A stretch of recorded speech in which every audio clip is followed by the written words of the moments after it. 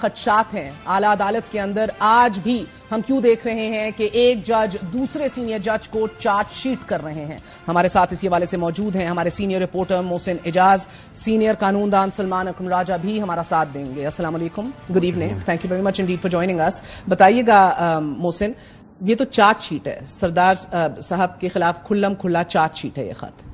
دیکھیں، جسٹس مظاہر علی اکبر نقوی صاحب کے اوپر جب یہ شکایات کا معاملہ آیا تو دو سپریم کورٹ آف پاکستان کے ججز، جن میں ایک یہی جسٹس سردار طارق صاحب تھے اور ایک اور جج، انہوں نے خطوط لکھے چیف جسٹس آف پاکستان کو کہ اتنی شکایات آئی ہیں، آپ اس معاملے کے اوپر کارروائی کریں، سپریم جوڈیشل کونسل کا آپ اجلاس بلائیں تاکہ اس معاملے پر آگے بڑھا جا سکے۔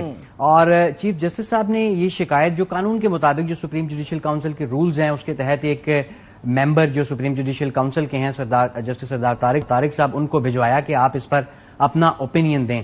لیکن حیران کن طور پر جو کافی زیادہ جلدی کا مظاہرہ کر رہے تھے کہ ابھی تک اتنی شکایات آ گئی ہیں، آپ کارروائی نہیں کی، وہ اب نیئرلی کوئی 65-66 ڈیز ہو چکے ہیں۔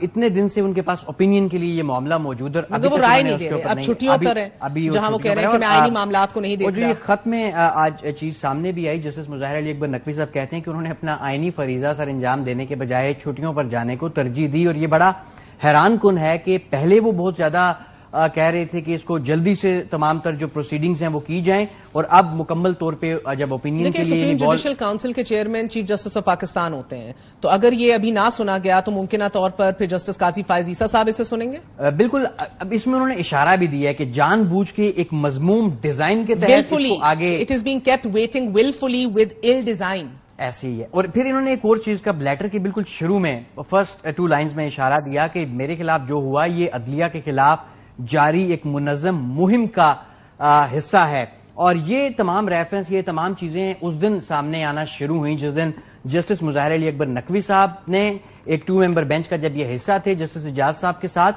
تو انہوں نے ایک نوٹ لکھا از خود نوٹس کے لیے چیف جسٹس آف پاکستان کو کہ ملک میں اس وقت 2 صوبوں میں اسمبلیاں نہیں ہیں، اور آئین کا آرٹیکل 2 to 4 یہ کہتا ہے کہ اتنے پیریڈ آف ٹائم یعنی 90 ڈیز میں ملک میں الیکشن ہونا چاہیے، لہٰذا یہ ایک بڑا مناسب کیس ہے 100 موٹو کا، آپ اس پر 100 موٹو لیں۔ ویری نیکسٹ ڈے یہ ہو گیا، پھر یہ سلسلہ آج تک۔ Salman Akram Raja Sahib, thank you very much indeed for joining اس۔ یہ ایک جج کی طرف سے سینیورٹی میں تیسرے سینئر موسٹ جج کے خلاف ایک چارج شیٹ ہے، یہ لیٹر بد اعتمادی ہے، willful ill ڈیزائن کے تحت یہ معاملہ ڈیلے کیا جا رہا ہے۔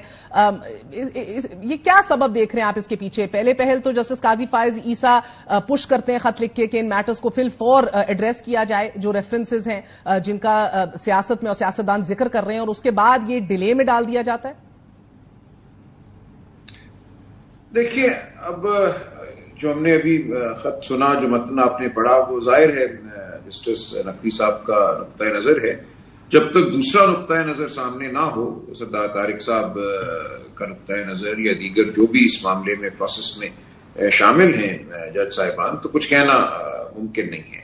لیکن اتنا ہی میں کہوں گا کہ جو ہمارا نظام ہے، جو قواعد ہیں، ان کے مطابق عمل ہونا چاہیے، اور ایسا نہیں ہونا چاہیے کہ کسی خاص مقصد کے تحت چیزوں کو جلدی چلایا جائے یا کسی خاص مقصد کے تحت ان میں تاخیر کی جائے۔ یہ جو ہے استعمال کسی اسٹریٹجی کے تحت اصول کا یا قاعدے کا، وہ پھر اس کو اصول اور قاعدہ نہیں رہنے دیتا، وہ ایک اور چیز بن جاتی ہے۔ تو میں اتنا ہی کہوں گا کہ جو بھی ہمارا نظام ہے اس پہ عمل ہونا چاہیے۔ مگر راجہ صاحب، جسٹس مظاہر نقوی صاحب سے پہلے جسٹس قاضی فائز عیسیٰ نے بھی خط لکھ کر یہی کہا تھا کہ مجھے انصاف کی امید نہیں ہے۔ کیا بات ہے کہ اپنی انسٹیٹیوشن میں، اپنی ادارے میں، اپنے بنائے گئے فورم میں جدھر اپنے بردر کالیگز بیٹھتے ہیں، انصاف کی توقع نہیں رہتی جج صاحبان کو؟ دیکھیں، وجہ میں کیا کہہ سکتا ہوں، اگر یہ کسی کو خدشہ لاحق ہوا ہے تو اس کی وجوہات ہوں گی، اور یہ تو بات واضح ہے کہ ہم ایک انتہائی تاریک دور سے گزر رہے ہیں اپنی ملکی تاریخ کے۔ ہمارے تمام ادارے جو ہیں اس وقت پامالی کی صورت میں ہیں، اور ہمارا نظام، ہمارا آئین، ہر چیز میں سمجھتا ہوں اس وقت ایک سوالیہ نشان کے تابع ہے۔ تو یہ بات تو بالکل واضح ہے۔ دیکھیں، اس وقت جس طرح ہم نے آئین کے ساتھ اس سال سر ایک فرق تو آپ ضرور ادھر ہائی لائٹ کریں گے۔ پہلے پہل آپ نے دیکھا کہ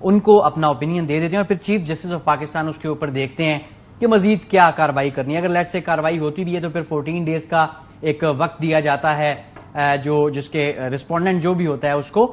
لیکن یہاں پہ اب سچویشن بڑی عجیب سی بن چکی ہے. اوور آل اگر سپریم کورٹ آف پاکستان کے معاملات کو دیکھا جائے, بینچز بنتے ہیں, بینچز ٹوٹ جاتے ہیں. وہ کل بھی جب استدعا کی گئی ایک کیس کے دوران کہ جی فل کورٹ بنائی جائے تو ملٹری کورٹس کی ہیئرنگ کے حوالے سے چیف صاحب نے بڑا اس میں جو انہوں نے یہ ریجیکٹ کیا, یہ جو درخواست تھی, اس میں انہوں نے کہا کہ ہم نے ریسنٹ پاسٹ میں بڑے بینچز بنائے ہیں جس میں 7 ممبر بینچ بھی تھا, 9 ممبر بینچ بھی تھا, اور مختلف وجوہات کی بنا پر لیکن وہ بینچز کام نہیں کر سکے. ان کا اشارہ اسی طرف تھا کہ بعض اوقات ججز جو ہیں وہ خود بینچ سے اٹھ جاتے ہیں, بعض اوقات ایک فریق کی طرف سے اعتراض آ جاتا ہے تو پھر جج خود کو علیحدہ کر لیتے ہیں, بعض اوقات جو ہے وہ مسلسل کچھ ججز کو نشانہ بنایا جاتا ہے, جس طریقے سے عدلیہ کو ایک مخصوص انداز سے گزشتہ کچھ عرصے سے ٹارگٹ کیا گیا.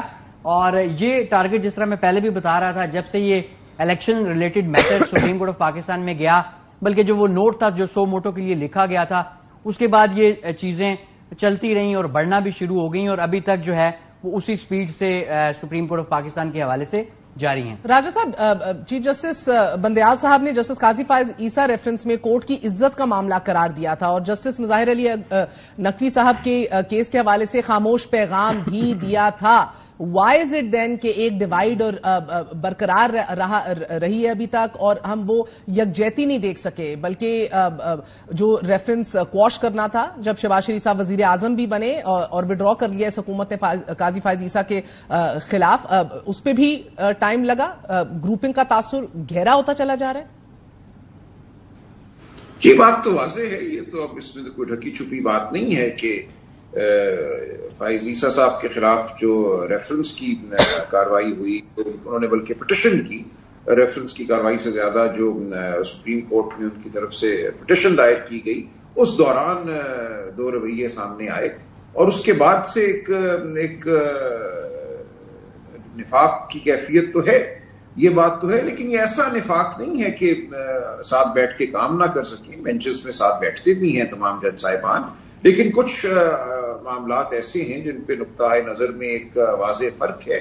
یہ ہو جاتا ہے اداروں میں, دیکھیے supreme Court of United States میں بھی ہمیں نظر آتا ہے, لیکن یہاں بات شاید اس سے آگے بڑھ گئی ہے, کچھ ذاتی نوعیت کی بات بھی یہاں ہے ہمارے سامنے. تو ٹھیک ہے جو ہے بات اس نہیں, مگر سر یہ ٹھیک ہے نہیں ہے, یہ تو بڑی بدقسمتی ہے جب ملک کے اندر آئینی معاملات کے اوپر روز عدالت کا رخ کیا جا رہا ہے. ہمیں لیڈرشپ چاہیے, ہمیں راستہ دکھانا ہے, سپریم کورٹ کی طرف دیکھا جاتا ہے, تو یہ ٹھیک ہے نہیں ہے, کیونکہ سپریم کورٹ کو یکجو ہو کے فیصلے ہمیں کرنے ہیں. Civil liberties are at stake, ہماری elections are at stake, the entire system is at stake. Sir یہ دیکھیں, کچھ تو معاملات ہو سکتا ہے ذاتی نوعیت کی ہوں, لیکن اس میں کچھ اصولی معاملات بھی ہیں, جیسے کہ ججوں کی تقرری کے حوالے سے ایک رائے ہے کہ سینئر موسٹ جو ہے اس کو بہت فوقیت ہونی چاہیے, اور جب تک اس کے خلاف کوئی واضح مواد نہ ہو تو اس کو سپریم کورٹ میں آ جانا چاہیے.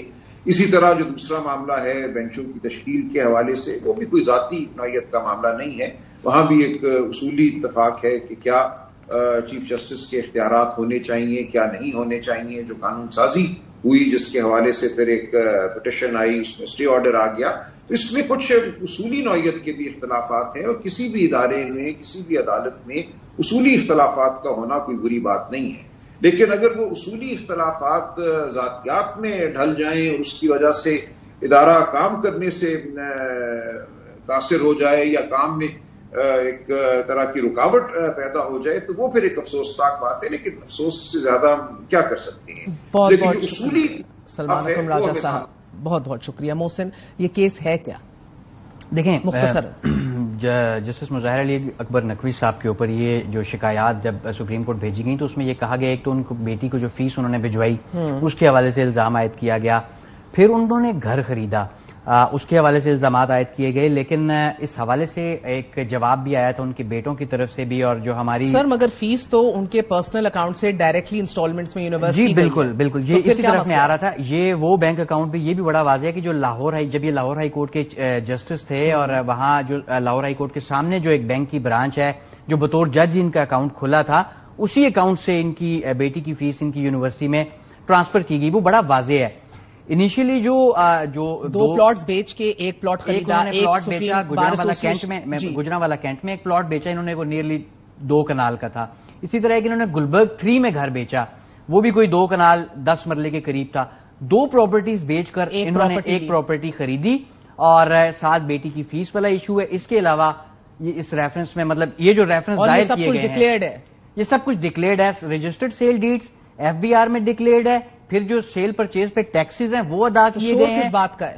دیکھیں اب انہوں نے اپنے لیٹر میں یہ بھی لکھ دیا کہ شور کس بات کے، جو عدلیہ کے خلاف ایک جاری منظم مہم ہے، یہ وہ کہہ رہے ہیں کہ اس کی وجہ یہی نظر آتی ہے. اور یہ الیکشنز کیس کے دوران شعیب شاہین جو ایک فریق کی وکالت کر رہے تھے، انہوں نے چیف جسٹس صاحب کی کورٹ میں یہ بات کی کہ جس دن یہ 2 ججز نے آپ کو الیکشنز کے معاملے پہ نوٹ لکھا تھا، اس کے بعد سے عدلیہ کے خلاف یہ مہم شروع ہو گئی. اور سب سے پہلا ٹارگٹ جو تھے وہ جسٹس مظاہر علی اکبر نقوی صاحب تھے، کیونکہ نوٹ جن 2 ججز نے لکھا تھا اس میں یہ بھی شامل تھے. تو آپ دیکھیں اگر ریفرنس میں کوئی اتنا اسٹرانگ، میرا اپنا خیال ہے کوئی مواد ہوتا اوپینین میں لکھ کے دے دیتے. اور جسٹس اعجاز الحسن کے نام تو مسلم لیگ نون جلسوں میں مریم صاحبہ ان کے نام لے کر للکارتی رہی ہیں. عام طور پہ کبھی بھی ایسا نہیں ہوا کہ کبھی کنٹیمپٹ کیوں نہیں دیا بیٹھ کے؟ دیکھیں چیف جسٹس موجودہ جو ہیں عمر بندیال صاحب، ان کی ایک بڑی واضح پالیسی ہے، انہوں نے کبھی کسی کے اوپر توہین عدالت نہیں لگائی. اور عام طور کے اوپر لوگ الیکشنز کیس میں یہ ایکسپیکٹ بھی کر رہے تھے. بڑی واضح وائلیشن ہوئی ہمارے ملک میں، دیکھیں آئین کی بھی ہوئی اور عدالتی فیصلے کی بھی ہوئی، لیکن اس کے اوپر جو ہے وہ فیصلہ نہیں مانا کہ انہوں نے پھر بھی. شکریہ محسن آپ کا ہمارا ساتھ دینے کا. It is indeed very unfortunate جب ریڈ لائنز کراس ہوتی ہیں اور ببانگ دہل ہوتی ہیں، ڈنکے کی چوٹ پہ ہوتی ہیں. ادارے کو بارہا اپنے دفاع کے لیے میدان میں اترنا چاہیے، ورنہ یہ مادر پدر آزاد سیاست کسی کو نہیں بخشتی. ایک وقفہ لیتے ہیں، وقفے کے بعد حاضر ہوتے ہیں. روزانہ کی بنیاد پر سماعت یا کے بعد دیگرے تحریری فیصلے، توشہ ریفرنس تیزی سے انجام کی جانب بڑھ رہا ہے. اسلام آباد ہائی کورٹ نے توشہ کیس سے متعلق فیصلہ محفوظ، جبکہ اعلی عدالت نے گزشتہ سماعت سے متعلق تحریری حکم نامہ جاری کر دیا ہے. اور آج سیشن عدالت میں بھی توشہ کیس کو سنا گیا ہے. حکومت توشہ کیس سے متعلق عدالتی کارروائیوں کو بھونڈے مذاق سے تعبیر کر رہی ہے. اسلام آباد ہائی کورٹ جانے کا مقصد فقط اتنا تھا کہ یہ ٹرائل کسی طریقے سے رک جائے اور یہ آگے نہ بڑھ سکے، اور جو توشہ خانہ میں چوری کی ہے اس کا جواب نہ دینا پڑے. یہ کس قسم کا بھونڈا مذاق ہو رہا ہے اس سسٹم کے ساتھ کہ بھاگ بھاگ کے سپریم کورٹ کا دروازہ کھٹکھٹاتے ہیں، بھاگ بھاگ کے اسلام آباد ہائی کورٹ جاتے ہیں. بھائی ٹرائل فیس کرو، ٹائم اب آپ کو نہیں ملے گا. چوری کی ہے، ثابت شدہ ہے، یہ اوپن اینڈ شٹ کیس ہے، آپ کے ہاتھ اب باندھے جا چکے. عمران نیازی یوم حساب آ رہا ہے، جواب دینا ہوگا. اسلام آباد ہائی کورٹ نے تحریری انصاف کی توشہ خانہ فوجداری کیس قابل سماعت ہونے، دوسری عدالت منتقلی، حق دفاع کی بحالی اور حکم امتناع کی 5 درخواستوں کو سنا. کل فیصلہ سنا دیا جائے گا. وکیل خواجہ حارث نے دلائل دیتے ہوئے آج کہا کہ ٹرانسفر درخواست پر جب تک فیصلہ نہیں ہو جاتا تب تک ٹرائل کورٹ حتمی فیصلہ نہیں دے سکتی. اس میں کیا جلدی ہے کہ گواہ لانے کے لیے 1 دن بھی نہیں دیا گیا. ہم نے حق دفاع ختم کرنے کا کل کا آرڈر بھی آج چیلنج کیا ہے. عدالت کے اس حکم سے جج صاحب کا تعصب ظاہر ہوتا ہے. اسلام آباد ہائی کورٹ کے چیف جسٹس عامر فاروق نے ریمارکس دیے کہ ابھی جج سے متعلق وفاقی تحقیقاتی ایجنسی کی ایک رپورٹ آ چکی ہے جس کے مطابق جج صاحب کے فیس بک اکاؤنٹ سے وہ پوسٹ نہیں ہوئی. اس پر وکیل خواجہ حارث نے کہا کہ یک طرفہ رپورٹ کو کیسے قبول کر لیا جائے. چیف جسٹس نے استفسار کیا کہ کیا آپ کی منتقلی کی درخواست جانبداری کی بنیاد پر ہے؟ آپ یہ کہہ رہے ہیں کہ روزانہ کی بنیاد پر جج جو کیس سن رہے ہیں وہ جانبدار ہیں. اس پر وکیل خواجہ حارث نے کہا کہ اس حوالے سے میں عدالت کے سامنے اپنی گزارشات رکھتا ہوں، لہٰذا عدالت ٹرائل کورٹ کو مزید کارروائی آگے بڑھانے سے روکے. خواجہ حارث نے دلائل دیے کہ آج ہم یہاں ہیں تو کیا ٹرائل کورٹ کے جج ہمارا قانونی حق ختم کر کے فیصلہ محفوظ کر دیں گے؟ خواجہ حارث نے کہا کہ یہ کیس اب CRPC الیکشن کا نہیں بلکہ آئین کا کیس بن چکا ہے. آپ نے ہماری زیر التوا درخواستوں کو سن کر فیصلہ کرنا ہے، کیونکہ ہماری کیس منتقل کرنے کی درخواست صرف تعصب کی بنیاد پر نہیں تھی. اس موقع پر الیکشن کمیشن کے وکیل امجد پرویز نے کہا کہ وکلا جا کر پریس کانفرنسز کریں تو اس سے کیا اثر پڑے گا. اس پر چیف جسٹس نے استفسار کیا کہ سیاسی کیسز سے متعلق ایک بحث صبح یہاں ہوتی ہے اور ایک شام کو ہوتی ہے، اور شام میں جو بحث ہوتی ہے اس کا یہاں ہونے والی بحث سے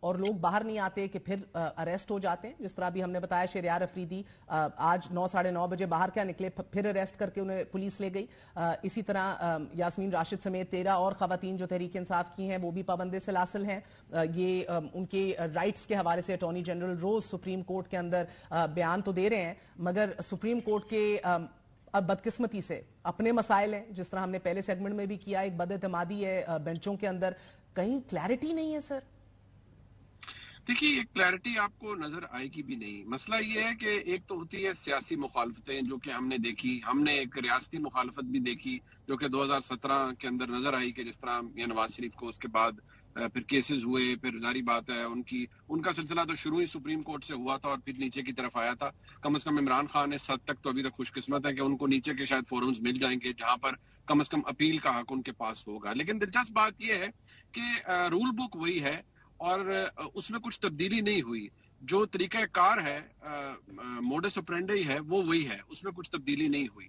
صرف میں نے جیسے پہلے عرض کیا وہ اچنبا ہر ایک کو اس لیے ہو رہا ہے, خاص طور پر ہمارے تحریک انصاف کے دوستوں کو, کہ ان کے لیے یہ سب کچھ نیا ہے.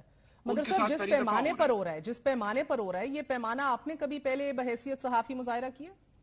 دیکھیے جس پیمانے پہ پاکستان تحریک انصاف کے سربراہ جناب عمران خان اپنی سیاست کو لے گئے, اپنے فالوور اپنے ووٹر کو لے گئے تھے, اور جس پیمانے پہ 9 مئی کا واقعہ ہوا, ٹھیک ہے جی ہاں, وہ بھی تو میرے اور آپ کی کم از کم جو ریسنٹ میموری ہے اس کے اندر کسی اور سیاسی جماعت, میاں نواز شریف اقتدار سے نکلے تو انہوں نے کہا مجھے کیوں نکالا, اور پھر بہت سی باتیں کی. جب میں ذکر کرتے تھے جنرل فیض کا یا جنرل باجوہ صاحب کا تو پھر بھی جنرل فیض کہتے تھے یا جنرل باجوہ صاحب کہتے تھے. کسی کو ڈرٹی ہیری تو انہوں نے کہا نہیں, کسی کو اپنے قتل کا سازش کے اندر تو انہوں نے انوالو کیا نہیں, نہ ہی انہوں نے اس طرح کے نام دیے. پھر یہ بھی نہیں کہا کہ کوئی میر جعفر میر صادق ہے. ٹھیک ہے انٹرویوز کے اندر سخت باتیں بھی ہوتی ہیں, متعدد انٹرویوز. اب 2-3 آپ سے تیز سوالات پوچھوں گی وقت کی قلت کے باعث. ایک کیونکہ کل سنوائی اسلام آباد ہائی کورٹ میں بھی ہے, 3 ایشوز کے اوپر اہم ترین فیصلے آنے ہیں, کیس کی منتقلی کے حوالے سے بھی اور دیگر 2 معاملات کے حوالے سے بھی. سوشل میڈیا فیس بک تاثر ہیکنگ کا دیا جا رہا ہے, does it make sense to you sir? جج ہمایوں دلاور کے فیس بک اکاؤنٹ سے. دیکھیے میں سمجھتا ہوں کہ یہ بڑی شاید کسی کو برا لگے, لیکن یہ کچھ چیزیں بڑی پیٹی ہو جاتی ہیں. دیکھیے وہ بے شک جج ہیں, اس طرح تو پہلے بھی ایک جج صاحب تھے, ان کے بارے میں جن کی آڈیو ٹیپس بھی شاید ان کی اہلیہ کی آئی تھی, ان کو شاید وہ مائل تھے بہت زیادہ تحریک انصاف کی جانب. آپ کے نزدیک فیس بک کا ایشو پیٹی ہے, یہ تعصب نہیں دکھاتا؟ مطلب مجھے دیکھیے میں تیز چلوں گی. کوئی بھی جج ہے, کوئی انسان تو وہ ہے. ڈن. اب مجھے بتائیں کہ جو ان کے گواہان کو irrelevant قرار دے کے حق کے دفاع لے لیا ہے, اس کو آپ کیسے دیکھ رہے ہیں؟ دیکھیے اگر تو گواہان ریلیونٹ عدالت سمجھتی ہے کہ وہ ریلیونٹ نہیں ہے کیس سے, تو پھر یہ کوئی انہونی بات نہیں ہے. گواہان عام طور پر پیش کیے جاتے ہیں, ان کی ریلیونس عدالت فیصلہ کر سکتی ہے کہ ریلیونٹ ہے کہ نہیں کر سکتی ہے, بالکل. اور ہائی کورٹ اسے ٹرن ڈاؤن بھی کر سکتی ہے کہ نہیں ہے, ریلیونٹ ہے, ان کی گواہی آپ ضرور قلم بند. اور منی مجھے بتائے گا بحیثیت صحافی, آپ نے کبھی کسی لیڈر کے ای سی پی کے گوشواروں کے اندر کالم کے اندر ان کی کفلنگز اور گھڑیاں اور ان کی چیزیں ڈلتی اور پن ڈاؤن ہوتی دیکھی ہیں؟ دیکھیے جہاں تک میں دیکھ پایا ہوں, میرا نہیں خیال کہ اتنی مائنیوٹ اور چھوٹی چیزیں بھی آبزرو کی جاتی ہیں. لیکن جو توشہ خانہ کا ریکارڈ ہمارے سامنے آیا ہے وہ تو میرے خیال میں کسی بھی سیاسی جماعت یا بڑے جتنے بھی لیڈران ہیں ان تمام کے سر شرم سے جھک جانے چاہیے, کیونکہ اتنے بڑے بڑے اور اتنے صاحب حیثیت لوگ جب بہت چھوٹی چھوٹی چیزیں کر رہے ہوتے ہیں تو وہ اب ہم جیسے کامنرز کو تو بڑی اچنبے میں ڈال دیتے ہیں اور بڑی ڈس اپوائنٹمنٹ ہوتی ہے ایز اے پاکستانی کہ جب اللہ کے اتنے فضلوں میں ہوں تو پھر اتنی پیٹی اور چھوٹی حرکتیں 4-6 کروڑ روپے کی تو کم از کم انہوں نے نہیں کرنی چاہیے. لیکن عمران خان صاحب نے جو کیا صرف اس میں مجھے تھوڑی سی تشویش یہ ہوتی ہے کہ آپ وزیر اعظم بنے, پہلے ہی دورے پہ جب سعودیہ تشریف لے جاتے ہیں واپس آتے ہیں تو شروع ہو جاتا ہے کام, گھڑیاں لاؤ, گھڑیاں بیچو, اور مجھے بتائیے گا سر قانونی مختصراً, اسلام آباد ہائی کورٹ اگر کل نہیں اجازت دیتی کیس منتقلی کی یا حق دفاع بحال نہیں کرتی تو پھر آپ دیکھ رہے ہیں اگلے یا جمعے ہفتے تک جج دلاور جو ہیں وہ فیصلہ دے دیں گے؟ جی بالکل, وہ فیصلہ دینے کے لیے آزاد ہوں گے اگر ان کی درخواستیں منظور نہیں کرتی اسلام آباد ہائی کورٹ. لیکن کیونکہ معاملہ آلریڈی سپریم کورٹ جا چکا ہے تو اسلام آباد ہائی کورٹ کے فیصلوں کے خلاف سپریم کورٹ تو فوری طور پر جایا جا سکتا ہے. لیکن ریاست کا کیونکہ دباؤ بڑا ہے, حکومت کا دباؤ بڑا ہے ٹرائل کورٹ کے اوپر, اور وہ انڈرسٹوڈ بھی ہوتا ہے, مجھے لگتا ہے کہ چاہیں گے وہ کہ جلدی فیصلے ہو. بہت بہت شکریہ. منی فاروق ہمارے ساتھ موجود تھے. وقفے کے بعد اہم ترین خبر.